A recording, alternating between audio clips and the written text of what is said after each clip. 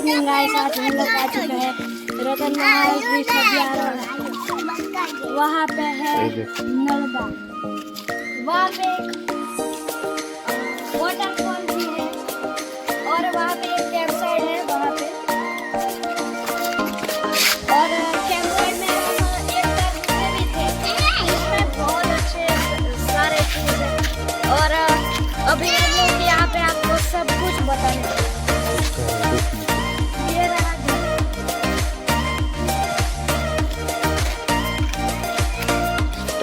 मेरे साथ मैं आप सबको रुकने की जगह बताता हूँ। और ये सब एक ही जैसे આમાં રોકાવા માટે રતન મહાલ વૃક્ષ અભયારણ્યની પરમિશન લેવી પડે છે। તેના જે પૈસા થાય છે તે રતન મહાલ વેબસાઇટ ઉપર જોઈને તમારે દેખી લેવાના રહેશે। હવે મેં તમને આ રીછ અભયારણ્ય તરફ લઈ જવાનું છું। આ છે રતન મહાલ।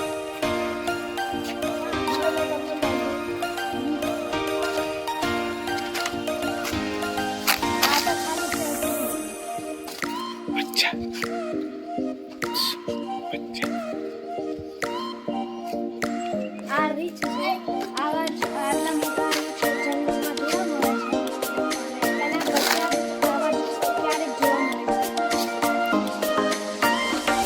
આ જો પ્રોગ્રામમાં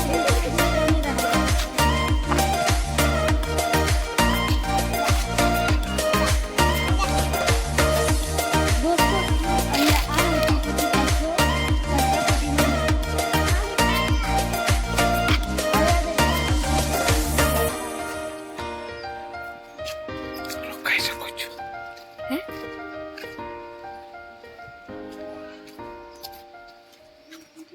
તમને બતાવવાનું છું કે રૂમ કેવો હોય છે।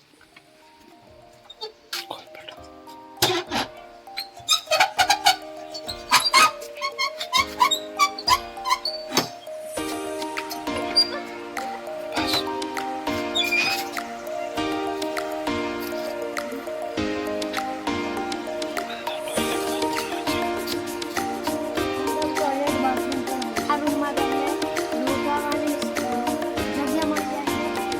2 બેડ અને એક ટોયલેટ બાથરૂમ બી મળી જાય છે અને એક પંખો બી મળી જાય છે।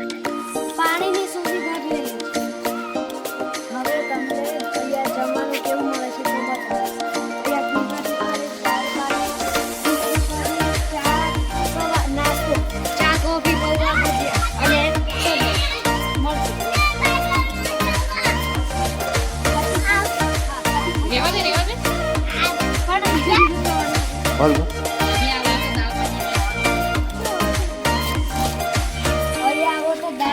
ખાવાનું ભૂલશો નહીં, કારણ કે આ રતન મહાલ રીછ અભયારણ્યનું ફેમસ વાનગી છે। અહીંયા કેન્ટીન બી છે પણ તે હમણાં બંધ છે, કારણ કે હમણાં અહીં બધા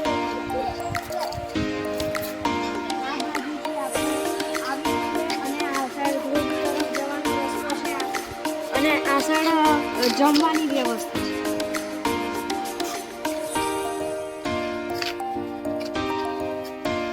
સરસ જમવા માટે તો તમને ડાઇનિંગ હોલ બતાવીશ।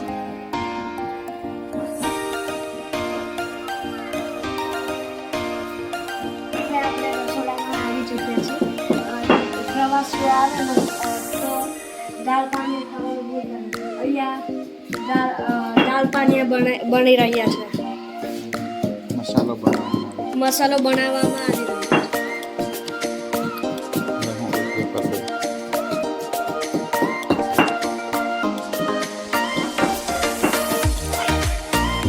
આ છે અડદની દાળ।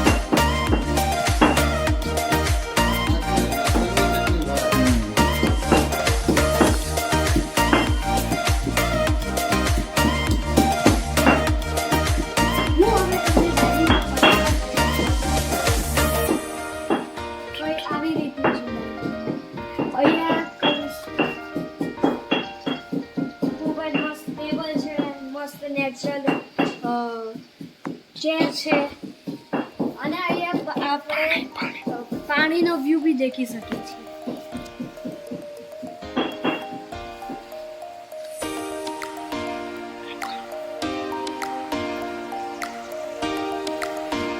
ચલો હવે આપણે કિચનમાંથી દૂર તરફ જવાનું છે.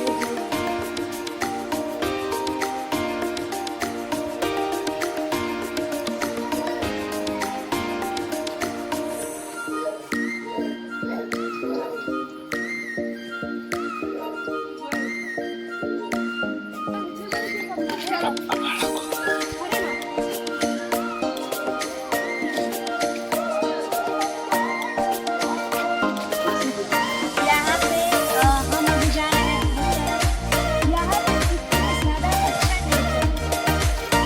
अगर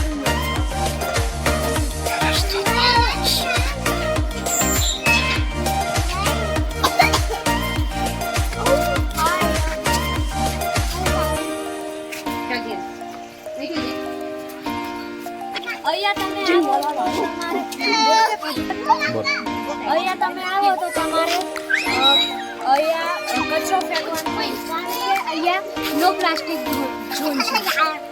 અહીંયા કચરો ફેંકશું તો આપણને આપણા નેચરને નુકસાન થશે. હવે આગળ આપણે જશું.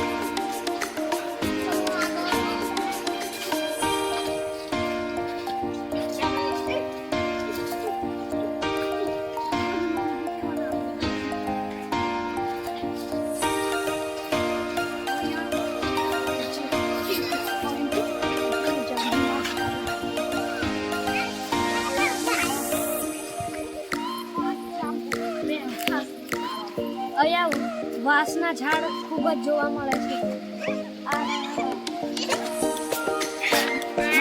હવે જંગલમાંથી આવતો નદીનો ધોધ બનાવવામાં કેટલું સરસ નજારો છે.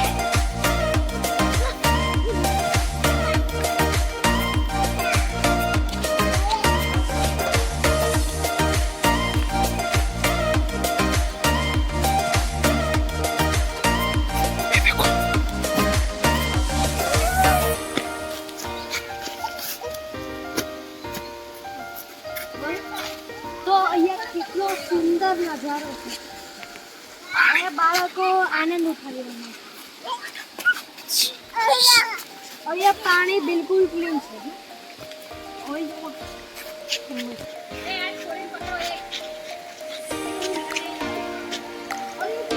બિલકુલ ક્લીન પાણી આપણે પી બી શકીએ.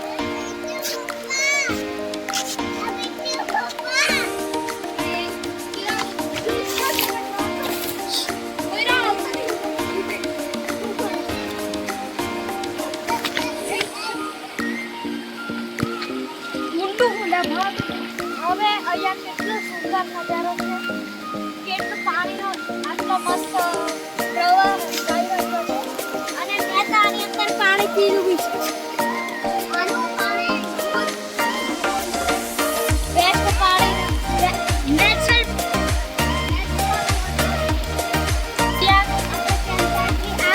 આવો ને તો પછી અહીંયાથી પાછળ આવો તો અહીંયા આ સુંદર નજારો જોવા મળે. અને અહીંયા ઉનાળામાં આવો તો સૌથી બેસ્ટ સીઝન.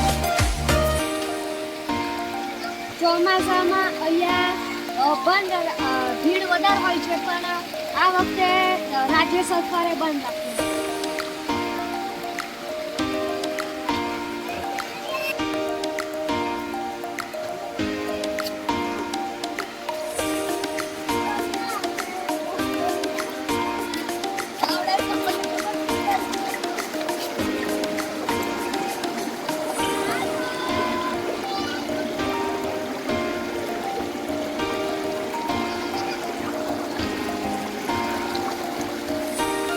બીજું એક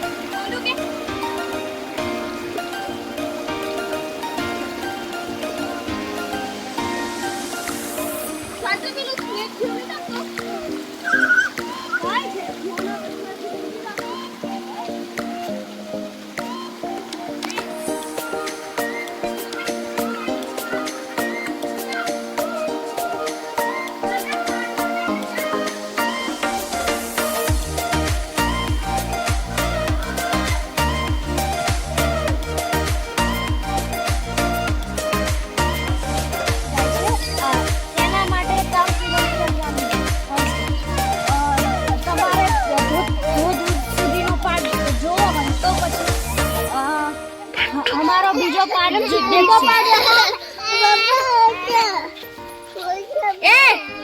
એટલી બીટુ મારે હો